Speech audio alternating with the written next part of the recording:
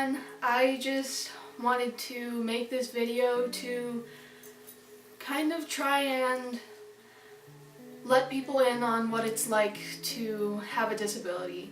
A lot of my friends and even people who know me really well still don't quite understand what it's like living with a disability, and they don't understand what it is or what it means or anything like that. So I just wanted to try and make a video kind of explaining all the different conditions that I have.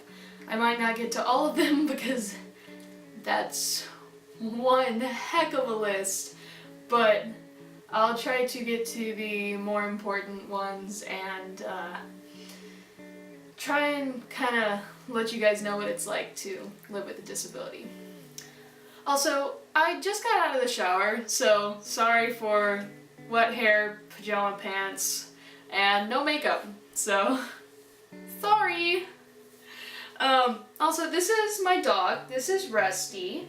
He is really horrible with people. He barks and jumps, but when it's just me and my mom, he's super sweet. Anyways, so I'm gonna start off with the condition that is kind of the umbrella for everything else that I'm experiencing, and that would be Ehlers-Danlos syndrome. Ehlers-Danlos syndrome is also known as EDS, and I have type 3, which is hypermobility type, which means that I'm hypermobile. The reason why I'm hypermobile is because the collagen in my body doesn't work like it's supposed to. And if you think of the collagen in your body like glue, it's what's supposed to keep your joints together from, like, you know, detaching themselves. If you think of normal people of having collagen like glue, then people with EDS have collagen like chewed bubble gum. It's really stretchy and doesn't always do what it's supposed to, which is why I'm able to do things like this, which normal people shouldn't be able to do. But it's not just about being flexible, it's got a whole bunch of different kind of like side disabilities that it can come with. So the list of disabilities that I'll be talking about, they're not all going to be caused by EDS. A lot of them are kind of related, like they kind of go hand in hand, but not all of them are correlated, but most of them are. The next disability that I'm going to talk to you about is postural orthostatic tachycardia syndrome, also known as POTS. So breaking it down, postural orthostatic tachycardia syndrome, it means that when I stand up, which is changing, posture, my heart rate, tachycardia, it usually skyrockets. So when I'm sitting down, my pulse, I don't have my watch on, but when I'm sitting down, my pulse will maybe be like 80, something around there. My pulse is weird, but I could go from 80 and then stand up and have it double and go to 160. POTS is part of a bigger umbrella term that includes POTS called dysautonomia, which is really hard to explain. Dysautonomia is combined of a whole bunch of different things that I don't really understand. I'm not gonna lie to you and try to make shit up and pretend like I know what I'm talking about when I don't. I just know that it does a lot of really weird things to me. If I have one leg higher than the other one for a prolonged period of time, not even a prolonged period of time, maybe like a few minutes, they will completely change colors. the foot that was up in the air will be pale white, even paler than I already am. I know, I didn't think it was possible either. And the foot that's on the ground will be a dark reddish purple. So one foot looks like raw chicken and the other one looks like raw steak. Not really a pleasant sight and not really what you want to see when you look down at your feet. One more thing about POTS that I forgot to mention. When I stand up and my heart skyrockets, I usually get really, really dizzy. And I haven't passed out yet, but I have had to grab onto furniture many, many, many times. I don't remember the last time I stood up and didn't grab onto furniture. Another thing with EDS, I'm gonna be jumping around all over the place in this video because I'm gonna have little things that remind me and I'm gonna have to go back. So I'm sorry, it's gonna be all over the place. But another thing about EDS is that I have chronic pain, which means I'm in pain all the time. Always. And I always will be for the rest of my life. And that's what I don't really think people understand about the word chronic, is that it really does mean forever. It doesn't mean, you know, sometimes it hurts, you know, at least once a day. No, it's always. Every second of every minute of every day, I'm in pain. And there's not going to be a day where I don't experience that. And, you know, some days I get lucky and I feel very little pain. But some days I'm in so much pain that this bed right here turns into my home. And I stay in this bed for even days. It's really rough. In addition to chronic pain, I also experience chronic fatigue. And just like with pain, when I say chronic, I mean chronic. It's always. I'm always tired. It doesn't matter how much I sleep. I never feel rested. I can sleep 14 hours, which sometimes I do. And I still feel tired. Granted, if I sleep 2 hours, I feel more tired, but even after sleeping 14 hours, I still feel exhausted. It's something that's really difficult to escape for me. Excuse me for 1 second while I look up my list of disabilities because I can't remember them. So in addition to the chronic fatigue, I also have a cyst on the pineal gland in my brain, which is the part of the brain that produces and functions with melatonin. And I have a cyst on that part of my brain, which means my body doesn't really produce much melatonin anymore, and it doesn't work with it really well. So that's another reason why I have difficulty sleeping, which doesn't help with the fatigue. Another one of the disabilities that I have that's probably a little bit more well known is Marfan syndrome. I got tested for it a while back and my blood results came back with a variant of unspecified importance. So we don't know how important it is that this certain variant of this certain gene was in my blood. They think it might be related to Marfan's, but they don't have any proof yet. So they tested my heart and everything to make sure it was okay, because let me go back and tell you what it is. Marfan syndrome is dealing with your heart, and when you have Marfan's, your heart can sometimes just kind of explode. which, as someone who's been diagnosed with it, is terrifying. So basically what happens is your aorta dilates, so it swells and can just burst. And that's called aortic dissection when it bursts. And you're usually pretty much dead right then and there. So I have to go back and keep getting heart evaluations every few years, it might even be every year, to make sure my aorta isn't swelling. Because if it starts to swell, then we need to keep a closer eye on it so it doesn't explode.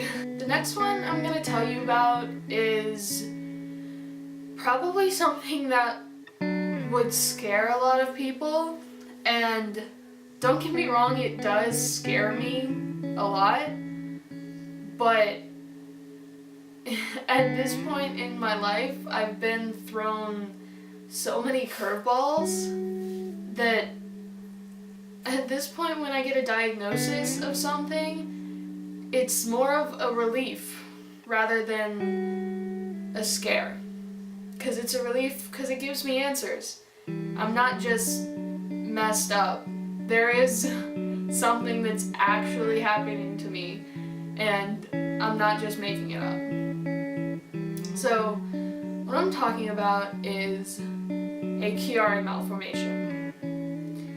A Chiari malformation is when your cerebellum, which is like the back portion of your brain in like the base of your skull, the back portion of your brain slips out through the hole in the back of your skull. This doesn't happen to most people, obviously, but when it does, it slips slowly and it starts to squeeze your cerebellum out of your skull, which creates what are called cerebellar tonsils. And if that happens, patients with Chiari usually get very extreme headaches and migraines and neck pain.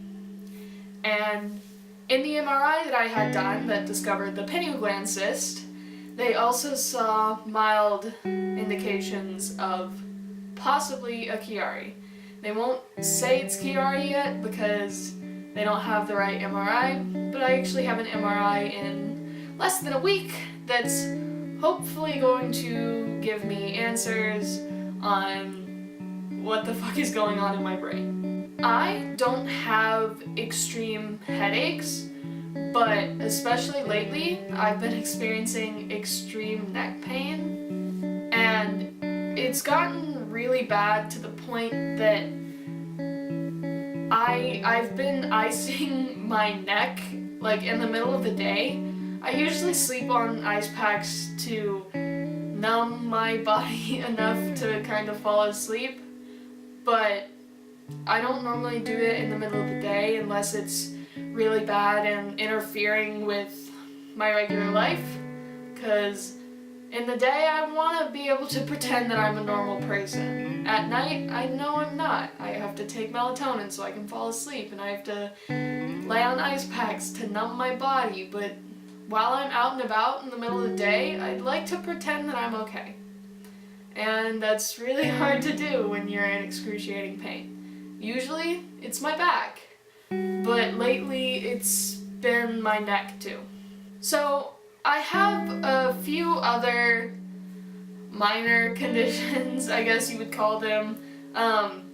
They're not really extreme. They're not gonna kill me. Well, okay, some of them could, but, you know, they don't seem like they're going to at this point. My camera cut out. I'm not sure exactly why it did it, but it did, but I'm trying to focus on school, because I am a college student. I go to a school here, close to where I live, and, I had a really rough time in my first semester because I took on too much. I was working a job, working like about 15 hours a week, and then I was taking 6 classes, and I still had a bunch of doctor's appointments, and I hadn't figured out anything to do to help with my fatigue or anything like that. So it was really rough last semester, but this semester is looking a lot better because I just toughed it up and I only took 1 class. It was really difficult for me to do that because I've always excelled academically. I've never taken a non-honors class in my life, and it was just it was weird to feel myself failing somewhere where I had always succeeded before. So it was tough for me to take a step back and realize that I needed to reevaluate what I was doing in college and what was important. So I'm only taking 1 class this semester, and it's the one that I really struggled with last semester, and it's one that's super important for my major as well. So I'm not doing too bad this semester. We've had 2 tests already, and I've gotten a 98.4 on both of them, which I'm really happy about. But yeah, first semester, 6 classes was too much. Right now I'm focusing on my schoolwork, trying to get through this semester, trying to figure out what I'm gonna do with my life and kind of go from there, you know? I'm worried about right now. So that's just a little bit about me and my disabilities. I have found it kind of difficult lately to talk about my disabilities because lately I've been seeing them as more of a fault rather than something that makes me stronger. I see it as I'm broken and I'm just fucked up, and I've been trying to tell myself that it's not my fault, that I'm not messed up, that it's just a part of who I am and it makes me stronger. Which it does, because if I hadn't had any of these disabilities, I don't think I would have the commitment and drive and dedication that I do today to push on. I've definitely developed dedication and strength throughout this medical journey that I'm dealing with. I wish that I didn't have to go through this journey, but the fact that I am and I'm still going kind of amazes me. And that's what I'm trying to hold on to, instead of the part of me that's saying, you're just fucked up. So maybe I'll do another one of these videos and tell you a little bit more about EDS specifically, or something else. Who knows? Thanks for watching and listening to me ramble on about my disabilities. Hopefully I'll see you in the next one. One more thing I forgot to mention: if you are someone who has EDS or any of the other different conditions that I talked about, I would love to talk with you and see your take on your disability, because it's always nice to meet someone who's going through the same battle that you are. So if you want to talk to me, just leave a comment below and I will get back to you.